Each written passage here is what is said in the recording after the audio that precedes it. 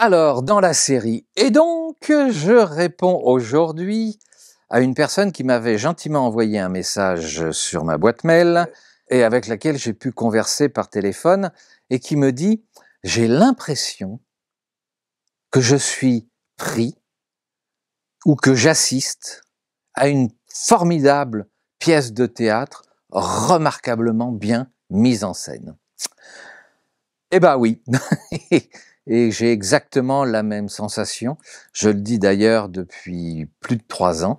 Nous sommes dans une pièce de théâtre remarquablement bien mise en scène.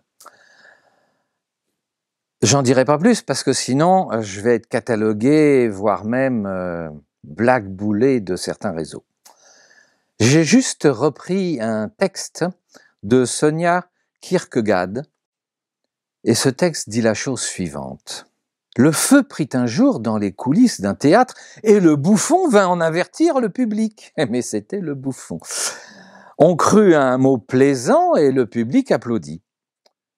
Alors le bouffon répéta « Le feu est pris dans les coulisses » et les applaudissements redoublèrent. C'est ainsi, dit Sonia Kierkegaard, c'est ainsi, je pense, que le monde périra dans l'allégresse générale des gens spirituels persuadés qu'il s'agit d'une plaisanterie. Et là, le mot spirituel, on parle des gens qui pensent et qui croient avoir de l'esprit. Je rappelle seulement pour mémoire que Sonia Kierkegaard faisait partie du mouvement des existentialistes.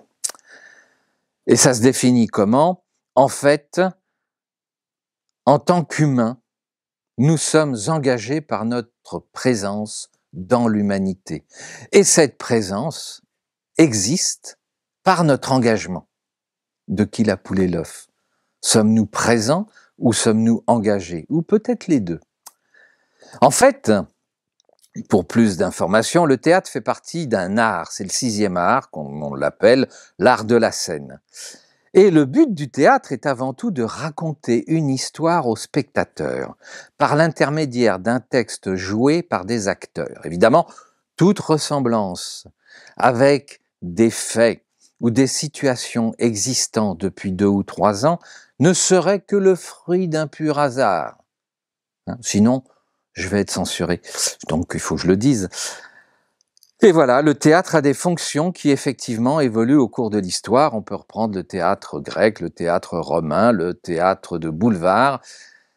J'aime bien d'ailleurs le théâtre de boulevard parce que dans le théâtre de boulevard, il y a toujours le cocu de service, à savoir qui est le cocu aujourd'hui.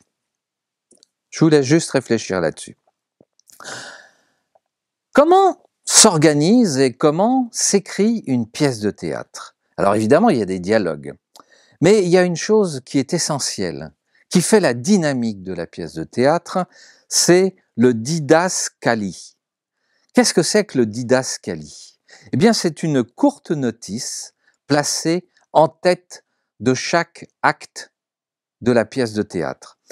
C'est-à-dire que dans les dialogues, ou le film, dans un scénario, l'auteur marque ce que l'acteur doit avoir comme intonation, comme comportement, comme jeu de scène.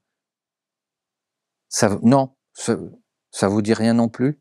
Regardez bien les différents supports qui participent à cette pièce de théâtre.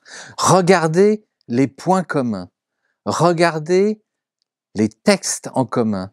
Regardez les comportements communs. Évidemment, les personnages sont décrits.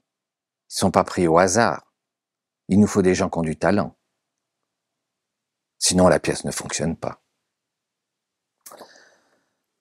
Il y a l'espace théâtral. Et surtout, une chose que j'avais appris en faisant des lettres classiques, dans le théâtre, il y a une unité de temps et d'action et de situation. Donc, on passe d'une scène à l'autre, côté jardin, côté cour, le temps, l'action, la situation, ce qu'on pourrait appeler aussi le contexte. Et bien sûr, tout ça, ça définit une action dans laquelle, si on veut faire rire, il y a bien sûr le cocu de service. Mais qui rit aujourd'hui? Le peuple ou les acteurs? Qui sont les acteurs? Comment ont-ils été choisis?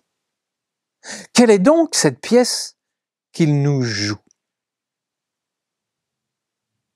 Vous n'avez pas une certaine idée? Pourtant, il y a des livres qui circulent tout à fait ouvertement, publiquement, dans lesquels cette pièce de théâtre est écrite. Les acteurs sont choisis.